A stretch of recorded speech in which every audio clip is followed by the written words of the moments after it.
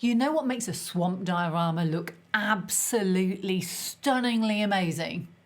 Yep, a little bit of swamp mist and fog. So I'm going to show you 4 different ways you can add fog or mist to a diorama without using Photoshop or its video equivalent. First up, smoke in a can. Yep, this is for photographers. You literally shake it, spray it, and you get a nice fog.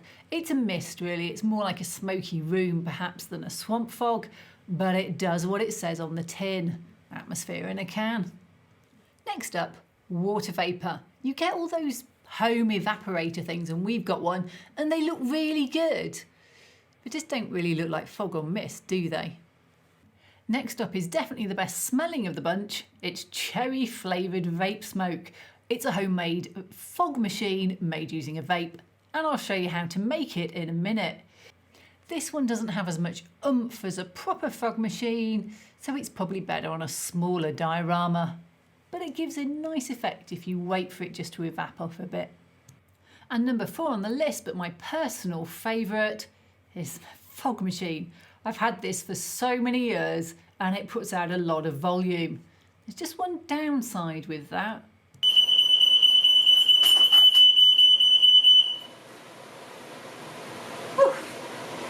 Now it's smoky. So yes, it's smoky. You need to leave it to settle. And if you leave it to settle for a couple of minutes, it can sink down onto the bottom, which is just what we want. We want a fog that sits over the water. So this was definitely the best one that I had, and you can see that effect appearing. In fact, it does look really good if we just fast forward a bit. And then when you slow it down, it starts to look even more fog-like. So definitely my favourite, but let's just do a little bit of a health whiz through first. This one smells. It sets off your fire alarm. It's not particularly nice stuff in thick concentrations, so you do have to be careful. The safest by far is the water vapour. It's just water. I suspect the vape is somewhere in the middle. It's cherry scented vegan glycerin.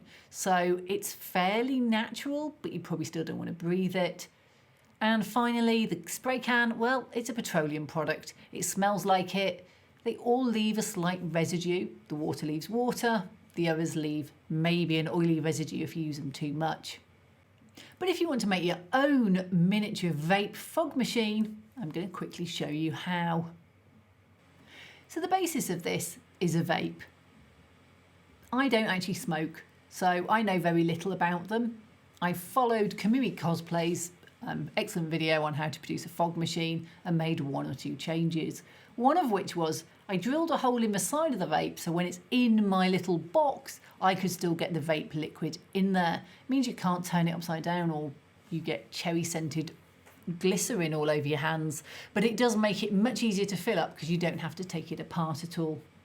So that outer container is one part, and the other part are these inner gubbins, which basically you need to wire up because we're not screwing the bottom of the vape on, we're just using the top bit.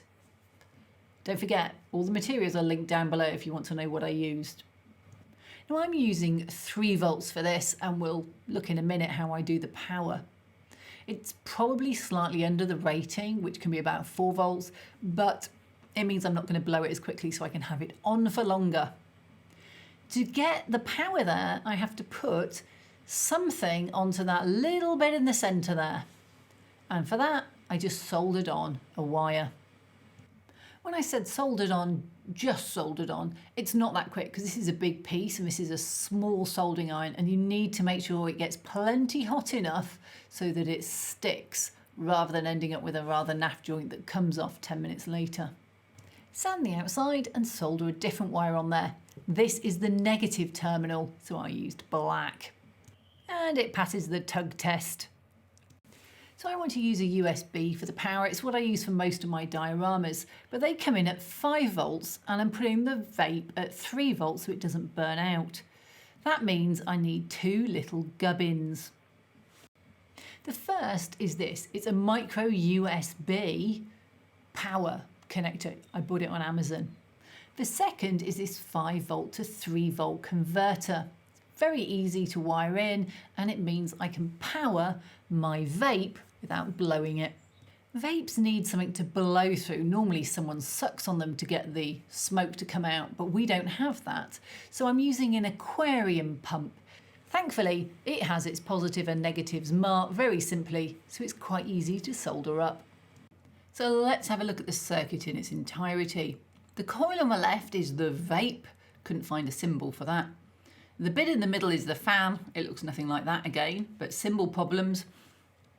There's a 5-volt USB connector on the right. Out of that comes ground and 5+ positive volts. Both of those go into the 5-volt to 3-volt converter. The 3-volt goes to the vape. The 5-volt, you could easily use 12-volt here, I guess, for more oomph, but I wanted a USB power. So the 5-volt goes directly to the fan. It's running at less volume than it could put out, but it's not too whooshy for my fog. And then it's time for a test run. I'm using cherry sorbet vape fluid. It's nicotine free. It's mostly glycerine and flavourings. Do not try and test it without this in your coil area of your vape, in that plastic container. Otherwise, you'll just burn it out really quickly. And make sure it's always topped up. Put the fan up to the vape and watch your mist come out. To connect them permanently, I used a small length of aquarium tubing. Comes with the pump. It just slides on easily and actually fits both sides, but you will need to trim just a little bit out vertically to allow the red wire to fit in. A generous amount of hot glue made sure there were no leaks around that centerpiece and glued them all in place. I 3D printed a little box for them to fit in, a hole at one end for the vape fog to come out, and a hole at the other end for the micro USB power. A little bit of electrical tape stopped any unwanted shorts. I glued the vape end on and the centre with more hot glue. Finally, I tacked the lid on with a spot of hot glue and superglued on a nozzle.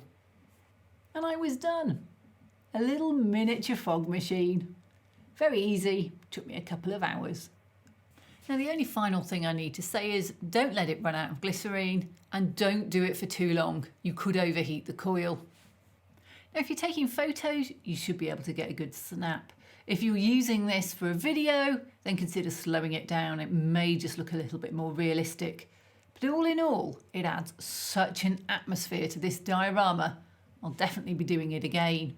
So you know the drill. If you enjoyed it, like, subscribe, hit the bell button. And if you'd like to support me further, then there's Patreon and YouTube channel membership, but absolutely no pressure. You will get some extra goodies there. Hope you enjoyed it. See you next time. Go make some fog.